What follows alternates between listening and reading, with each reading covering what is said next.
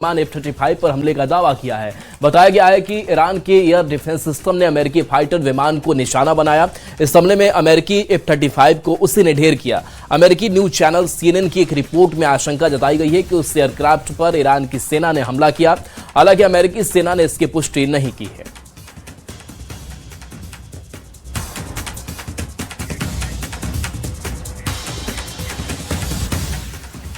जंग के बीच बेन्यामिन नेतन्याहू का बड़ा दावा है, हम जंग जीत रहे हैं। नेतन्याहू ये दावा कर रहे हैं केवल हवाई हमलों से बदलाव संभव नहीं है, हम ईरान पर चौतरफा हमले कर रहे हैं।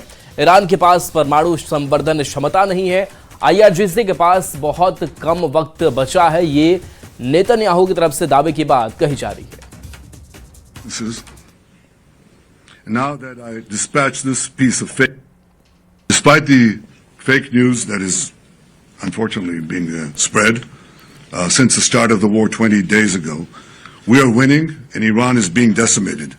Iran's missile and drone arsenal is being massively degraded and will be destroyed. Hundreds of their launchers have been destroyed, their stockpiles of missiles are being hit hard, and so are the industries that produce them. That's important. In Rising Line, we destroyed missiles and we destroyed a lot of the nuclear infrastructure. But what we're destroying now are the factories that produce the components to make these missiles and to make the nuclear weapons that they're trying to produce. We're wiping out their industrial base in a way that we didn't do before.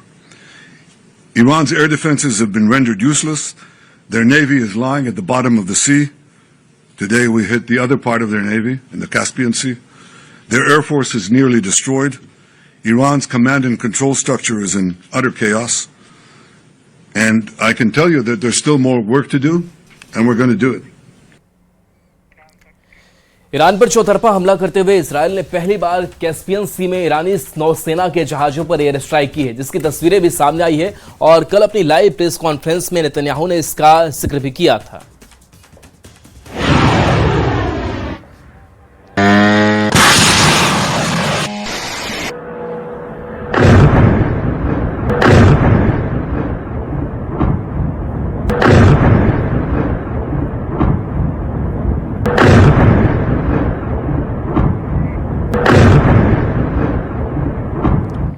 America के Washington base के ऊपर संदिग्ध drone के मंडराने की खबर आ रही है। उसी बेस के करीब अमेरिका के विदेश मंत्री मार्क रूबियो और रक्षा मंत्री पीट हेग्सेथ रहते हैं, इसलिए पूरे वाशिंगटन को हाई अलर्ट कर दिया गया है। इधर ईरान ने अपने तेल भंडार पर इजरायल के हमलों का बदला खाड़ी के 5 देशों को दहला कर लिया है। ईरान के खूंखार हमलों से 12 मुस्लिम देश भड़क गए हैं। सऊदी अरब ने धमकी दी है कि ईरान से जल्द बदला लिया जाएगा।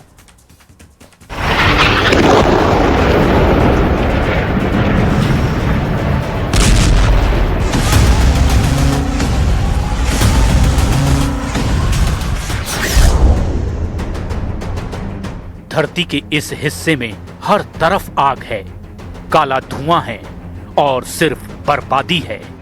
युद्ध का फैसला अब हथियार नहीं, ऑयल फील्ड की तबाही से होगा। ट्रंप ने धमकी दे दी है कि ईरान का एक भी तेल का कुआं अब सलामत नहीं रहेगा। ईरान ने जवाब दिया कि ट्रंप के दोस्तों के तेल के मैदान को वो राख कर डालेगा। खाड़ी में अमेरिका के दोस्त जिसके पास तेल है, गैस है, वो अब ईरान का क्रोध झेल रहा है। सऊदी अरब की सबसे बड़ी तेल कंपनी आरामको पर फट रहे हैं ईरान के ड्रोन बम। कतर की सबसे बड़ी ऑयल सिटी रास लफान पर ईरान के मिसाइलों का तूफान। कुवैत के सबसे बड़े पेट्रोलियम रिफाइनरी मीना अल अहमदी में शाहिद ड्रोन के धमाके।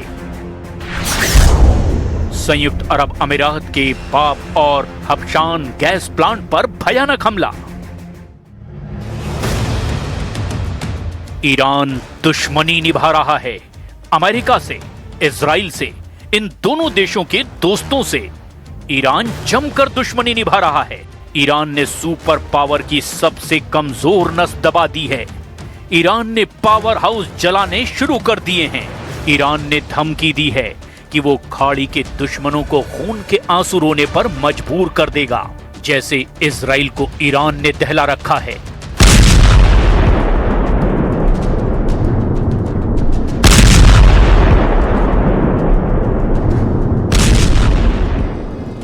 अवीव पर फट रही ईरान की मिसाइलों ने कोहराम मचा रखा है। तेल अवीव पर ईरान के साथ हिजबुल्लाह फाइटर्स ने भी बमबारी शुरू कर दी है। गुजरे 7 घंटे में इजराइल पर ईरान ने 8 राउंड में मिसाइलें फायर की है। ईरान की घनघोर पिटाई से घबराए इजराइल को बचाने के लिए यूएस नेवी ने अपने जंगी बेड़े को लाल सागर की तरफ भेज दिया है। यूएसएस गेराल्ड आर की करंट लोकेशन लाल सागर में दक्षिण पश्चिम की ओर है। अमेरिका की मुश्किल ये है कि वो इजराइल को गार्ड करता है तो ईरान खाड़ी देशों को दहलाने लगता है। जब सुपर पावर खाड़ी देशों का कवच बन रहा है तो ईरान तुर्की पर टूट पड़ता है। हालांकि फिलहाल युद्ध का फोकस एनर्जी सेंटरों को तबाह करने पर लगा है। इसकी शुरुआत इजराइल ने की है। इजराइल ने ट्रंप की परमिशन से ईरान के साउथ पार्स गैस फील्ड को मिसाइलों से पाट दिया है। ईरान की साउथ पार्स दुनिया का सबसे बड़ा गैस फील्ड है। ये फारस की खाड़ी में 9,700 वर्ग किलोमीटर में फैला हुआ है। साउथ पार्स गैस प्लांट में करीब 51 ट्रिलियन क्यूबिक मीटर गैस होने का अनुमान है। साउथ पार्स फील्ड ईरान और कतर के बीच बटा हुआ है। इसका बड़ा हिस्सा कतर की तरफ है, जिसे सबसे पहले 1971 में खोजा गया था।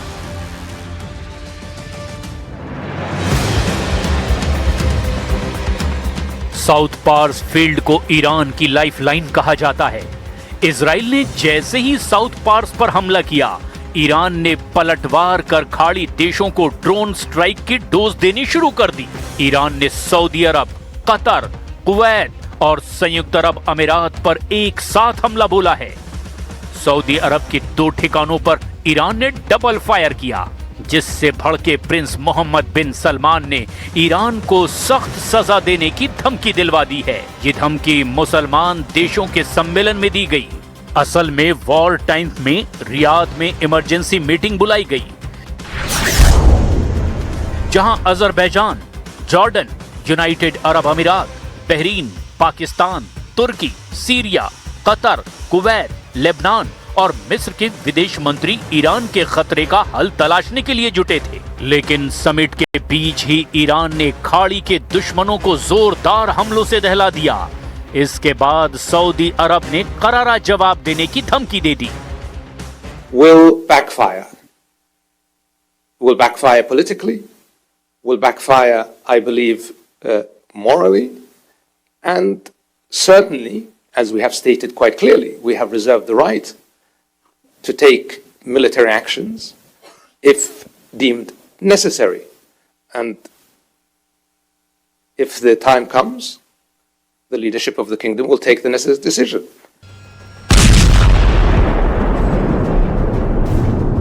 ईरान के ताबड़तोड़ हमलों का असर ये हुआ कि नेटो चीफ मार्क रूटे ने यूरोपीय देशों को चेतावनी दे डाली है। मार्क रूटे ने कहा कि ईरान को रोकना बेहद जरूरी है, नहीं तो खाड़ी के बाद ईरान यूरोप से बदला जरूर लेगा। I think that's very important. This is important for European security, for the Middle East. It is vital for Israel itself. A nuclear Iran would potentially have been a direct threat to the future of Israel, but again, to the whole Middle East and to Europe.